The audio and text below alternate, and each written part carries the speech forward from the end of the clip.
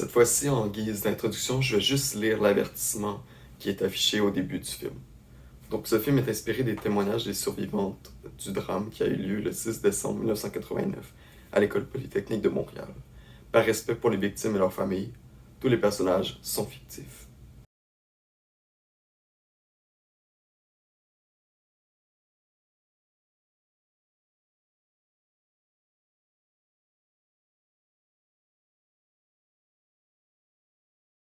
Bonjour, ici Fragment d'un Pois-Chiche et aujourd'hui on a un film très important sur la table, Polytechnique, un film de Denis Villeneuve sorti en 2009, un film qui dure 1 h et 16 minutes. Je vais tenter d'être rapide sur la question du synopsis. Dans ce film, on suit principalement deux étudiantes, un étudiant et le tueur.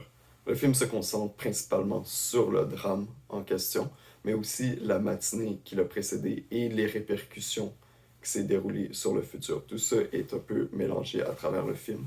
Le drame en question, c'est un féminicide de masse. 14 femmes ont été tuées alors qu'elles étudiaient pour devenir ingénieurs à Polytechnique parce que le tueur se sentait dans sa tête persécuté par les féministes, par les femmes. Parlons d'abord des aspects plus techniques de ce film avant d'y aller plus en détail dans ses thématiques. Denis Villeneuve a décidé d'en faire un film d'1 h 16 minutes. C'est très court. Dès les premiers instants du film, nous sommes la dite journée de la tragédie. Les personnages sont très bien joués, sont très bien guidés, qu'il nous faut peu de temps avec eux et elles pour apprendre à les connaître, ne serait-ce qu'un peu, et à s'attacher à ces personnages. Ici, ça reste un hommage fictif. Il n'y a pas de romantisation de cette histoire-là. C'est cru. C'est bien pour ça. C'est aussi un film en noir et blanc. C'est un choix judicieux parce que probablement que la couleur aurait fait encore plus mal.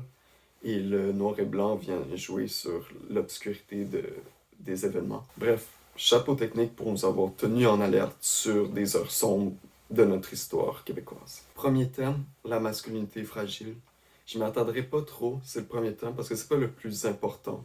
Donc je vais y aller rapidement, mais tout de même, c'est important parce que le personnage du tuteur et sa lettre de suicide prennent une place quand même importante dans ce film-là. Bon, le sentiment de solitude et la peur du changement social étaient très grands dans la tête du tueur.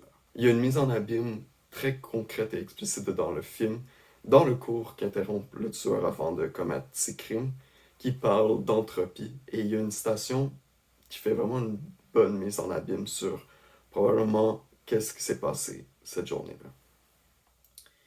On dit que toute personne laissée à soi-même est portée à se désagréger de manière irréversible. La tête du tueur était justement alimentée par toutes sortes de pensées misogynes, par un sentiment de solitude incompris par rapport à qu'est-ce qu'il pense, par un manque d'amour et de connaissance du monde, puis un trop grand renforcement sur des idées sombres qui l'alimentent constamment, au point de laisser exprimer sa misogynie. Mais misogynie, c'est un faible mot par rapport à ce qu'il fait. Mais ça part de là. Tout part d'une masculinité fragile par rapport au changement social du monde. Le deuxième thème de ce film-là, et d'après moi le plus important du film, en fait l'essence même du film, c'est la violence. On le voyait très bien au niveau du tableau de Guernica qui est très bien mis de l'avant à travers le film. Mais pas seulement la violence, mais la violence faite aux femmes.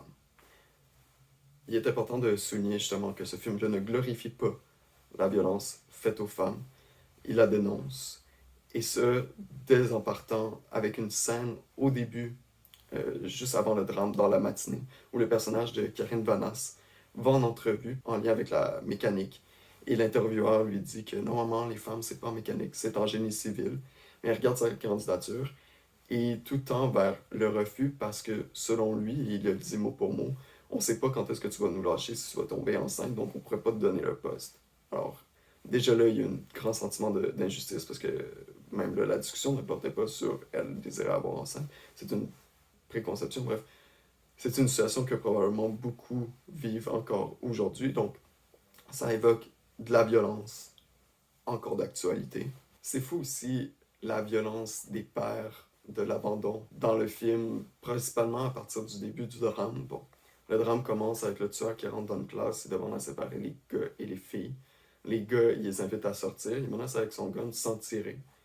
Puis après ça, bon, bref, j'en parlerai pas plus, mais quand les hommes quittent la salle, À part le personnage principal étudiant qui est fictif, qui semble voir s'il serait capable d'arrêter, mais il sort quand même, il va aller avertir un garde.